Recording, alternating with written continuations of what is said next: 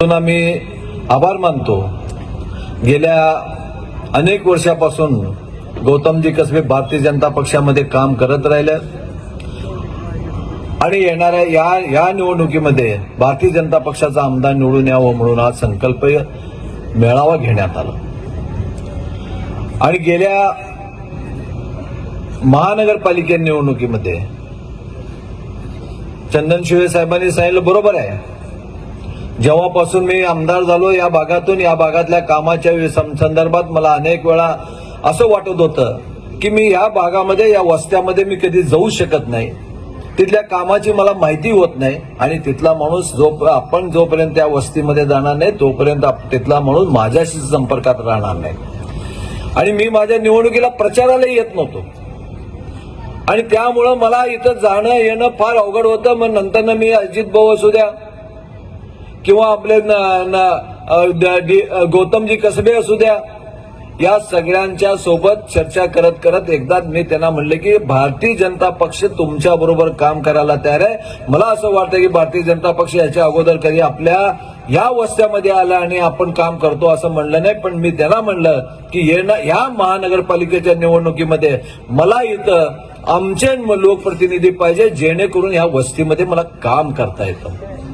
आणि म्हणून मी अजित भाऊ असू द्या, आमचे प्राध्यापक बनसोडे असू द्या, त्यावेळेचे आमच्या भारतीय जनता पक्षाचे होते रवी गायकवाड असू द्या, या तिघांनाही तिकीट दिलं आणि त्यांच्या पाठीमागे खंबीरपणे भारतीय जनता पक्षात राहून त्यांना निवडून आणलं।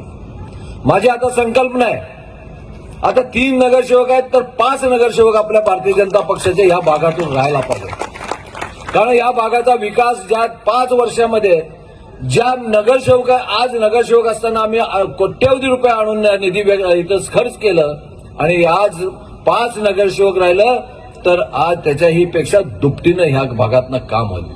ड्रेनेज असू द्या, पिण्याचं पाणी असू द्या, रस्ते असू द्या, दिवाबत्तीचं असू द्या, आम्ही सातत्यानं बघत होतो। आमच्या विरोधात आनंद चंदन शिवे राहून ते आपल्या भागातला विकास करत होते, पण ह्या भागात माझ्या मतदारसंघातला विकास होत नाही त्याची खंत होती। पण नगरसेवक झाल्यापासून आम्हालाही आनंद होतो की मी ज्या भागातून निवडून येतो त्या भागातल्या सगळ्या बंधूंना मी आपलं न्याय देऊ शकलो, हे मला आनंद आहे। आणि खरंच मी त्या सगळ्यांना काम करण्याचा मी सातत्यानं प्रयत्न केलो। आज आपल्या या भागातून माझे बंधू दशरथजी कसबे असू द्या, गौतमजी कसबे असू द्या, मी गौतमजी कसबेंनाही शब्द दिलो येणाऱ्या कालावधीमध्ये तुम्हालाही नगरसेवकाचा मी जरूर प्रयत्न करून तुम्हाला नगरसेवक करेन। कारण एक चांगला कार्यकर्ता, या भागातून लोकांची तळमळ असणारा कार्यकर्ता आणि ज्यांनी आपल्या सातत्यानं या भागातल्या लोकांच्या सुखादुखामध्ये सातत्यानं हजर राहणारा कार्यकर्ता आपल्या बरोबर राहावं आणि या भागातलं काम करण्यासाठी त्यांनी आपलं नगरसेवक आपल्याला करावं असं सातत्यानं वाटतंय। गेल्या लोकसभेच्या निवडणुकीमध्ये अनेक खोट्या नाट्या प्रचार करून आपल्या सगळ्यांचे मतं घेतलं।